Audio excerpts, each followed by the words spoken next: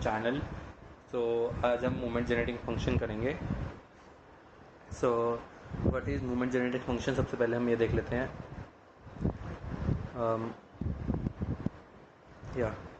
So moment generating function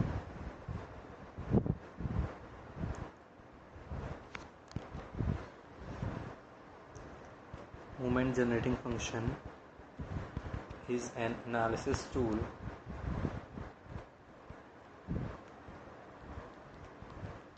in probability and statistics to analyze the random variable.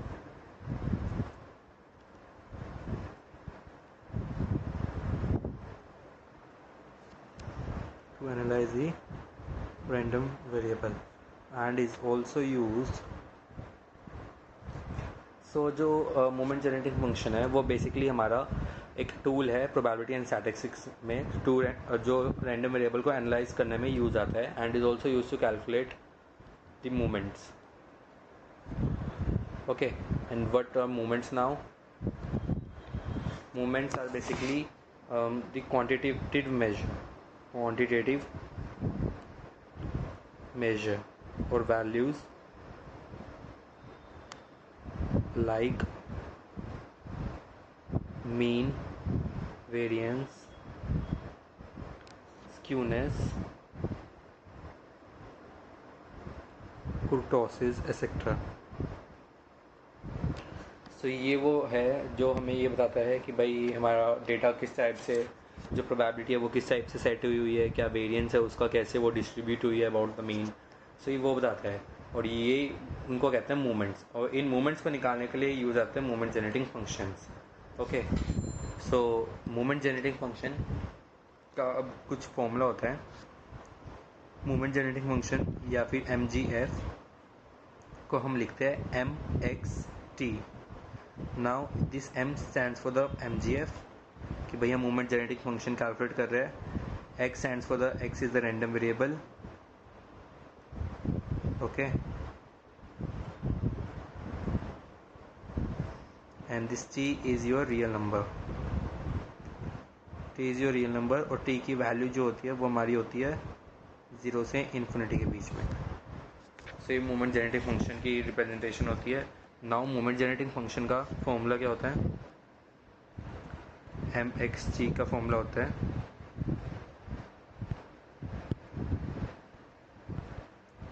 Expectation of e की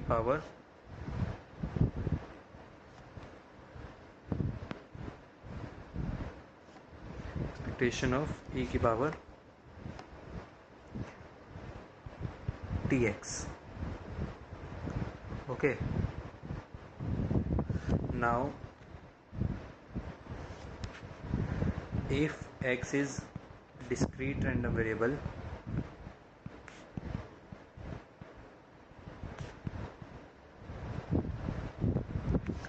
then जो MXC का formula होता है वो MXC का फॉर्मूला बन जाता है हमारा एक्सपेक्टेशन e की पावर समेशन e की power tx and px.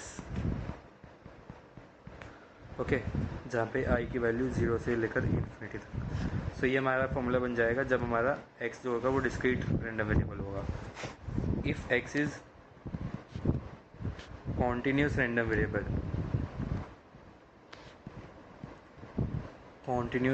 Variable तो उस केस में हमारा MXC का फॉर्मूला बन जाएगा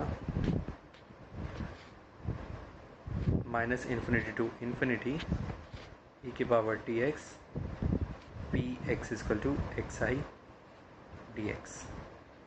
उस केस में हमारा ये बन जाएगा. तो इस लेक्चर में हम दो एक तो बाइनॉमियल के लिए और दूसरा हम नॉर्मल के लिए, इस लेक्चर में हम इन दोनों के लिए हम MGF कैलकुलेट करेंगे एंड प्रैक्टिस करेंगे कि MGF होता क्या है और कैसे उसको निकालते हैं. ठीक है, सो बेसिकली आगे से अब डेरिवेशंस होंगी. मूवमेंट जनरेटिंग फंक्शन यही होता है. नाउ अब हम हेडिंग डाल देते हैं MGF for बाइनोमियल डिस्ट्रीब्यूशन के लिए मोमेंट जेनेटिक फंक्शन क्या होता है?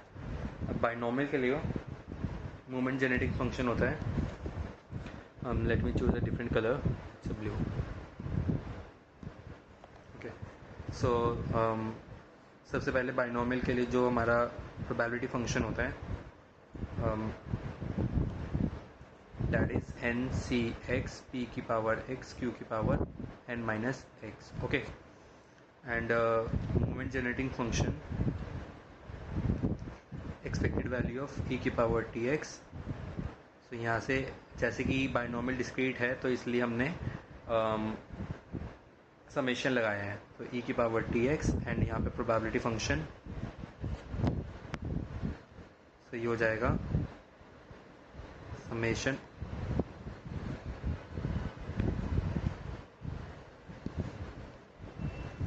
तो ये हो जाएगा हमारा समेशन E की पावर TX NCX P की पावर X Q की power N minus X. Now Q जो है दैट इज़ 1 माइनस P, तो मैं वही लिख देता हूँ यहाँ पे, समेशन E की पावर, ओके इसको हम बाद में लिखते हैं, ठीक है अभी के लिए रहने दो. यहाँ से हमने इस चीज़ को और इसको कंबाइन किया क्योंकि इन दोनों की पावर जो है वो सेम है, सो इसलिए यहाँ पे ये बन गया PET की पावर X NCX Q की पावर N माइनस X. अब मैं इसको थोड़ा रीअरेंज करता हूँ, सो यहाँ से मेरा बन जाएगा NCX PET की पावर X Q की पावर N माइनस X. यहाँ समेशन की वैल्यू क्या है मेरी, x इक्वल टू 0 से लेकर इन्फिनिटी.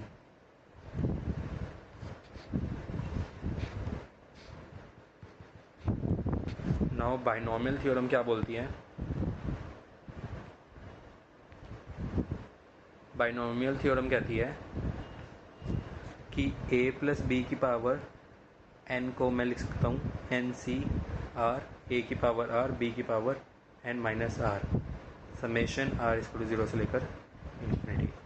सो अगर मैं इसको इसके साथ रिजेंबल करूँ तो यहाँ पे समेशन n की पावर 0 से इन्फिनिटी, समेशन r की पावर 0 से infinity, NCX NCR P a की पावर x a की पावर r q की power n minus x b की पावर n माइनस x. तो यहाँ से कुछ चीज़ें मैच कर रही है, तो यहाँ से ये ब्रैकेट वाला पार्ट मेरा a हो गया, this q becomes b. Okay, so मैं इसको यहाँ क्या लिख सकता हूँ,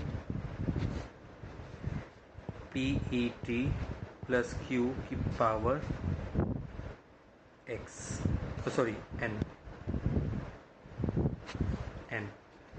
अब यहाँ से मैं लिखूँगा q को 1 माइनस p, तो यहाँ से ये हो गया PET प्लस 1 माइनस p की power n.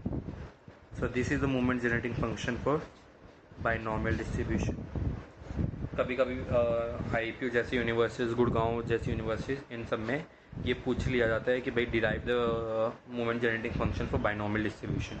So you should know how to derive this. So the next question, next practice जो हम करेंगे that would be for the normal distribution. So MGF for normal distribution. ठीक है, yeah. So अब normal distribution का सबसे पहले हम प्रोबेबिलिटी फंक्शन लिखेंगे, that is 1 upon sigma, yes, so 1 upon sigma under root 2 1 upon sigma under root 2 pi e की power minus 1 by 2 x minus mu by sigma का whole square. So this is a probability function, okay, with mean, mu and variance sigma square. अब इसका MFG निकालना है, that is MXG and expectation e की power TX। ये थोड़ी लंबी derivation है तो इसको ध्यान से देखना। तो यहाँ से मेरा बन गया ये अब कंटिन्यूस रैंडम वेरिएबल है ये, मतलब प्रोबेबिलिटी डेंसिटी फंक्शन है जो नॉर्मल डिस्ट्रीब्यूशन का डिस्ट्रीब्यूशन होता है, दैट इज़ PDF। तो हम यहाँ पे समेशन की बजाय इंटीग्रेशन यूज़ करेंगे फ्रॉम -इन्फिनिटी टू इन्फिनिटी, और वैल्यू रख देंगे e की पावर TX 1/σ√2π e की power -1/2 minus mu by sigma का होल स्क्वायर dx। तो यहाँ से ये हो गया -इन्फिनिटी टू इन्फिनिटी। 1/σ√2π को मैंने बाहर ले लिया क्योंकि वो कॉन्स्टेंट है, तो कॉन्स्टेंट टर्म मैंने बाहर ले ली एंड एक्सपोनेंट को मैंने ग्रुपिंग कर दी। दिस एक्सपोनेंट एंड एक्सपोनेंट का बेस सेम है, इसलिए मैंने इसकी ग्रुपिंग करके पावर्स को प्लस कर दिया। TX -1/2 x minus mu by sigma का whole square dx। Now what I will do, -infinity to infinity e की power, now I will expand this, so TX -1/2 sigma square अंदर हो जाएगा x square plus mu square minus 2 mu x dx। Now अब आगे क्या करूँगा मैं, 1/σ√2π -इन्फिनिटी टू इन्फिनिटी e की power TX minus x square by 2 sigma square minus mu square by 2 sigma square and plus 2 mu x by में 2 sigma square dx। तो यहाँ से आ गया सिग्मा 2π e की पावर। नाउ अब ये जो x वाली टर्म्स है मैं इनको एक साथ लेके आऊँगा LCM लेके। सो TX plus 2 mu x by 2 sigma square को यहाँ से लिया तो ये बन गया 2 sigma square TX plus 2 mu x। यहाँ से इस x को कॉमन ले लिया तो ये बन गया मेरा 2 sigma square T plus mu x by में सिग्मा स्क्वायर। ओके, सो इस वैल्यू को मैंने यहाँ पे लिख दिया, sigma square T plus mu by sigma square into x minus x square by 2 sigma square and minus mu square by 2 sigma square dx। Okay, now अब आगे क्या होगा,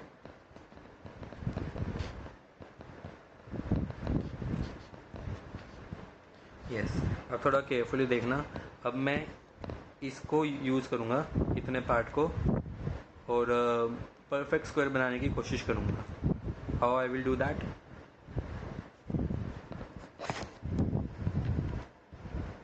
sigma square T plus mu by sigma square x minus x square by 2 sigma square. अगर मैं इन दोनों में से 1/2 sigma square को कॉमन ले लेता हूँ, -1/2 सिग्मा स्क्वायर को कॉमन ले लेता हूँ तो मेरे पास बचेगा x स्क्वायर, और यहाँ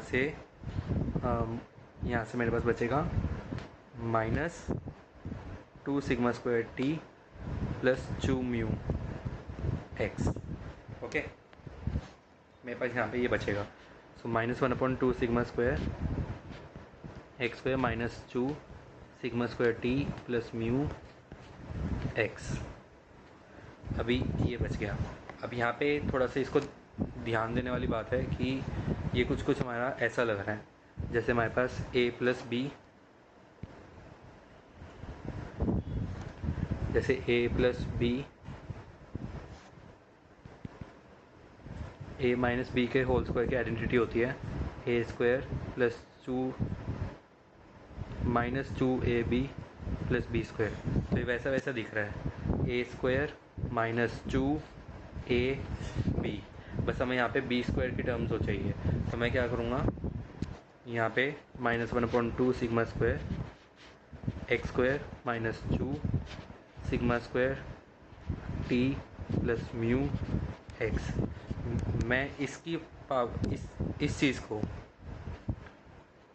चीज़ को मैं इसके स्क्वायर को मैं प्लस माइनस कर दूंगा।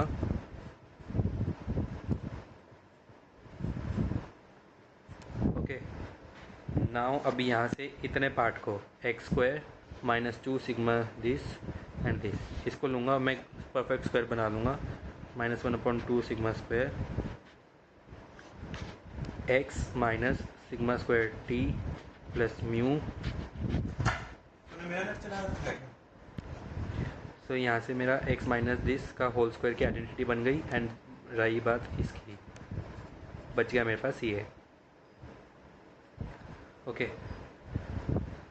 अब इसको मैं कम्प्लीटली इसके साथ डिस्ट्रीब्यूट कर दूंगा।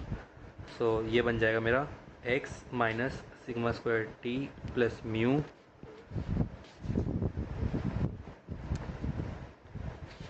का होल स्क्वायर और माइनस ऐसे ही plus sigma square t plus mu का whole square by 2 sigma square. Okay, now इस पूरी टर्म को मैं उठा के वहाँ पे वैल्यू को पुट कर दूंगा। सो ई की पावर में मेरे पास क्या आ जाएगी, ई की पावर में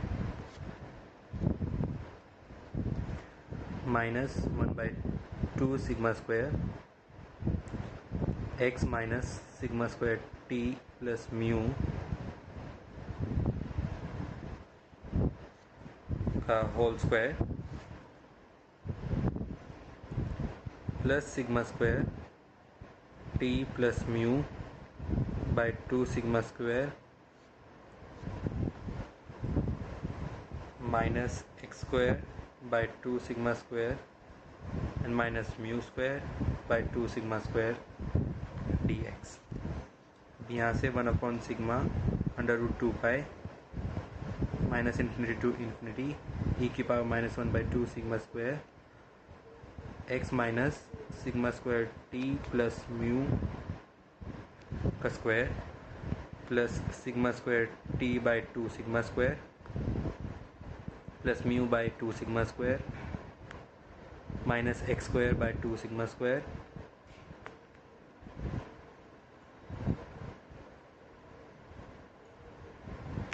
sorry this x square term will not be there because ये वाली टर्म तो हमने ग्रुपिंग के लिए यूज़ कर ली ना, तो ये ग्रुपिंग के लिए नहीं, सिर्फ हमारे पास ये बची। Yes, so this term should be removed from there and ये वाला पार्ट यहाँ जाना चाहिए। यस, ओके, सो यहाँ से ये वाला पार्ट भी हटेगा एंड इधर आएगा माइनस सिग्मा स्क्वायर अपॉन में dx एंड साथ में हमारी एक टर्म रहेगा इधर, ये वाली टर्म,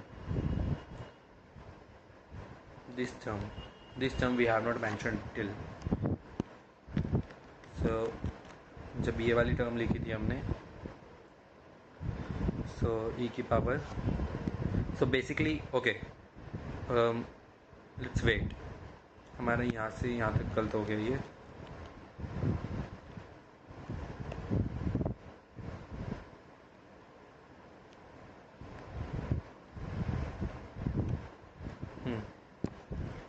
यस, सो यहाँ पे अब आ गया हमारा 1/सिग्मा √2 pi minus infinity to infinity. अब हमने क्या किया, इस पूरी टर्म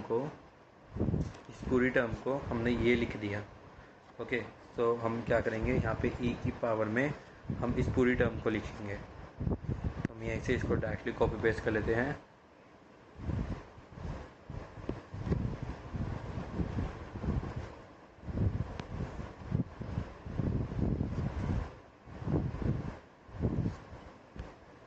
ओके, क्या सब हमारे पास ये आ गई, ये इस पूरी टर्म को आया है, ये वाली पूरी टर्म जो है ये मेरी ये आई है। तो हमारे पास सिर्फ ये टर्म रहेगी जो हमें यहाँ पे ऐड करनी है। तो यहाँ पे आ जाएगी माइनस म्यू स्क्वायर बाय में 2 sigma square dx। Okay, so 1/सिग्मा √2 pi minus sigma infinity to infinity e की power -1/2 sigma square x minus sigma square t plus mu का होल स्क्वायर। एंड अब हम क्या करेंगे, अब इस वाली पावर को एक्सपेंड करेंगे, sigma 4 t square plus mu square plus 2 mu sigma square t by 2 sigma square minus mu square by 2 sigma square d x. तो यहाँ से थोड़ी काटा पीटी होएगी अभी, e की power -1/2 sigma square x minus, यहाँ पे कोई चेंज नहीं अभी, तो इसको मैं डायरेक्टली अभी ऐसे ही लिखने लग रहा हूँ। अब यहाँ पे चेंजेस है, sigma 4 t square by 2 sigma square plus mu square by 2 sigma square plus 2 mu sigma square t bye sigma square minus mu square by 2 sigma square d x. अब यहाँ से थोड़ा काटा पीटी होएगी, ये चीज़ ये कट जाएगी एंड साथ के साथ यहाँ से सिग्मा स्क्वायर और ये कटेगा, तो यहाँ बच जाएगा सिर्फ सिग्मा स्क्वायर। एंड यहाँ पे हमारा 2 से 2 कटेगा, 2 से 2 कट गया, सिग्मा स्क्वायर से सिग्मा स्क्वायर कट गया, बचेगा सिर्फ म्यू। ओके, तो यहाँ बच गया 1 sigma √2 pi minus infinity to infinity e की power -1/2 sigma square x minus sigma square t plus mu का होल स्क्वायर। अब यहाँ हमारे पास क्या बच की terms, sigma square t square by 2 plus mu t. Okay, अब मैं क्या करूँगा, मैं अलजेब्रा की प्रॉपर्टी यूज़ करूँगा। विच प्रॉपर्टी, अगर एक a की पावर m है, m प्लस n है, तो I will am a n, so I will write this. सो ऐसे ही यहाँ पे आ जाएगा 1 sigma √2 pi minus infinity to infinity e की power -1/2 sigma square x minus sigma square plus mu t का होल स्क्वायर और e की power sigma square t square by 2 plus mu t d x. Now अब हम क्या कर रहे हैं, अब हम x के रिस्पेक्ट में डिफरेंशिएशन इंटीग्रेशन कर रहे हैं एंड इस टर्म में कोई भी x की वैल्यू नहीं है, that means this is a constant value.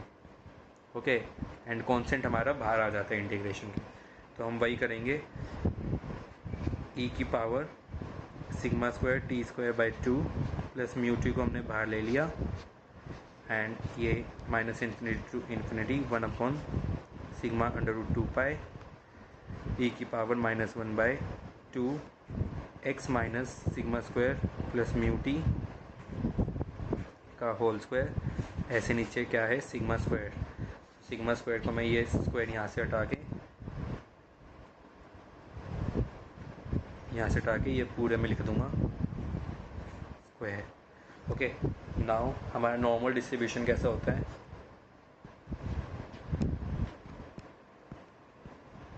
Normal distribution का जो प्रोबेबिलिटी फंक्शन होता है वो होता है 1 सिग्मा √2 पाई e की power -1/2 x minus mu by sigma का होल स्क्वायर। ओके, एंड अब ये कुछ इसके साथ मैच कर रहे हैं।